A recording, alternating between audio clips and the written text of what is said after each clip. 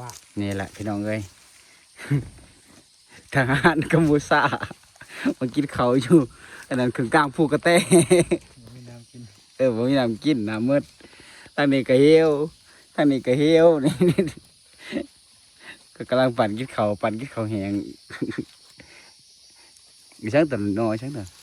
นอล่ำ แปลงมาเบิ้งถอน ตากิน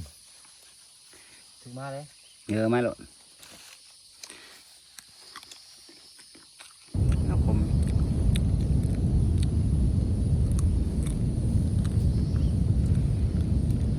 มาไว้คุยตัวนี้ลงไปไหนคันผ้าเก่า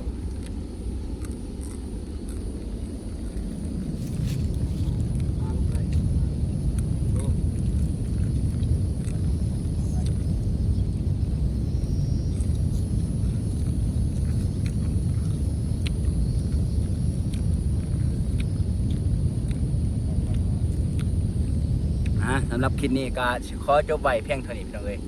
ถ้าผู้ได้มักผู้ได้ชอบก็กดติดตามหรือว่ากดไลค์กดแชร์ให้เด้อพี่น้องเด้อหากกดไลค์กดแชร์ให้ทีมงานเขาเนี่ยกินเขาวกลางป่ากลางภูสะแล้วกลางภูกระแตพี่น้องเอ้ย